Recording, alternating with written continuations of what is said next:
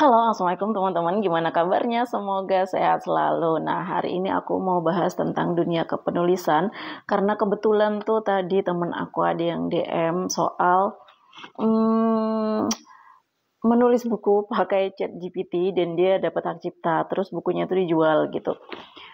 Aku lupa ya nama ininya kalau nggak salah sih penulisnya namanya Julia Rimba dan yang protes itu yang beli bukunya karena bukunya itu dijual dan dia nulisnya pakai ChatGPT. Nah, sebenarnya bisa nggak sih nulis pakai ChatGPT? Nggak bisa sayang. Jadi kalau penulis itu yang punya hak cipta itu benar-benar yang mereka itu pakai idenya mereka gitu. Nah, katanya tuh karena dia nggak punya editor dan akhirnya dia pakai ChatGPT untuk apa namanya, nanti ini deh kayaknya ya, aku karena nggak tahu naskahnya tuh kayak gimana, tapi yang aku lihat di video yang si pembaca ini protes karena si content creator ini pakai ChatGPT dalam karyanya itu, dia minta dibalikin gitu haknya dia, hak dari pembaca itu, karena sebagai penulis kita itu kalau jual karya kita ke pembaca, pembaca itu punya hak atas karya kita karena dia udah beli kan. Nah, jadi ini ada yang lagi dibicarain adalah ChatGPT itu sebenarnya bisa nggak sih buat editor gitu kan. Nah, tapi aku udah coba nih, akhirnya aku coba nih pakai ChatGPT, salah satu aplikasi ChatGPT yang dia beneran gak sih bisa ngedit naskah gitu kan. Ternyata enggak gitu. Nggak bisa mengedit naskah dengan sempurna seperti seorang editor atau editor manusia. Karena yang pertama di ChatGPT itu kelihatan kayak ada apa sih keterangan-keterangannya gitu ya, yang harus diedit yang mana gitu, dan naskahnya itu nggak bisa panjang gitu. Kalau di ChatGPT mungkin hanya beberapa paragraf yang bisa dimasukin di situ, nggak dalam bentuk satu buku. Kemudian memang ada kayak saran-sarannya gitu untuk ininya, untuk teknik kepenulisannya, kemudian untuk explore perasaan, suasana, deskripsi dan lain-lain gitu, ada masukan dari ChatGPT, tapi itu tidak bisa sempurna kita gunakan seperti keinginan penulisnya. Jadi aku tuh paling nggak mau pakai ChatGPT karena ChatGPT itu mengumpulkan data-data yang ada di Google gitu teman-teman. Jadi kalau misalnya kita mau butuh informasi, nanti dia akan ada informasi yang diberikan, kemudian ChatGPT itu akan mengutip sumber dari mana dia mendapatkan informasi itu. Misalnya kayak dari inews.com gitu atau dari mana gitu. Itu kan sumber ya. Jadi itu berhubungan dengan hak cipta. Jadi dia tetap akan mengutip sumber. Nanti di sumbernya lagi, di sumber bacaan itu mungkin kalau kita buka akan ada sumber lain lagi gitu. Jadi kalau dia berbentuk ilmu pengetahuan itu hak ciptanya itu adalah pemilik dari ahlinya atau dari ilmuannya. Karena kalau ilmu pengetahuan itu sifatnya umum ya, milik semua orang gitu, milik semua orang secara komersil gitu kan. Secara ide juga akhirnya jadi milik semua orang, tapi nanti ketika kayak gini nih.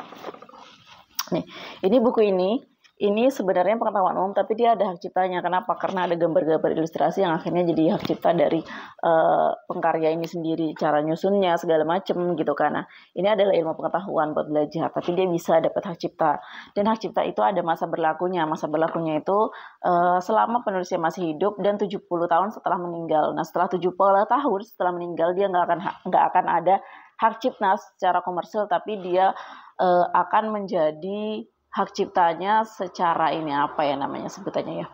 Ya secara moral dia adalah pemilik hak cipta aslinya, dan setiap karya yang membawa tulisan dia itu harus ada kutipannya atau harus dicantumkan gitu teman-teman. Jadi kayak gini nih.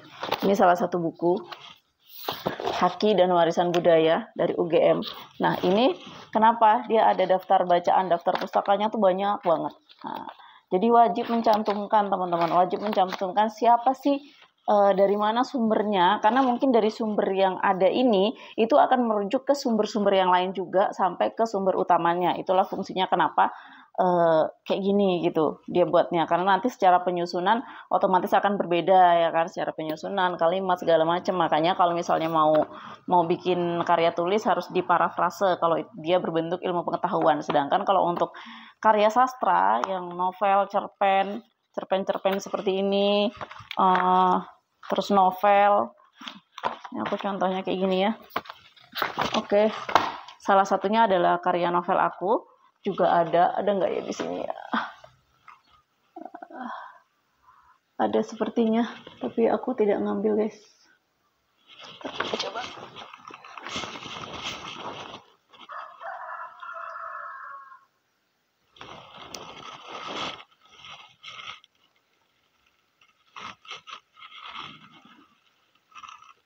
Aduh, aku nggak tahu kemana nih karya novelnya.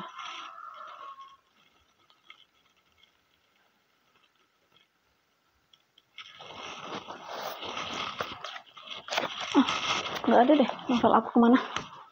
Oke, nah ini kayak gini. Ini hak cipta punya murni punya penulisnya, karena kalau cerpen, novel itu adalah hak bener-bener ilmu pengetahuan, maksudnya bener-bener ide dari penulisnya gitu. Beda dengan ilmu pengetahuan yang harus ada referensi, karena kalau fiksi kan dia hayalan ya kan, imajinasi gitu, makanya dia full gitu, full hak cipta punya penulisnya. Makanya kalau dibilang ChatGPT itu bisa mengedit, aku bilang nggak bisa sesempurna ngedit, karena aku juga udah cobain. Kalau seandainya aku pakai ini gimana nih, aku coba buat masukin naskah aku ke ChatGPT, terus bisa nggak sih dia tuh mengedit naskah gitu kan, mengedit naskah kita. Ternyata itu nggak bisa.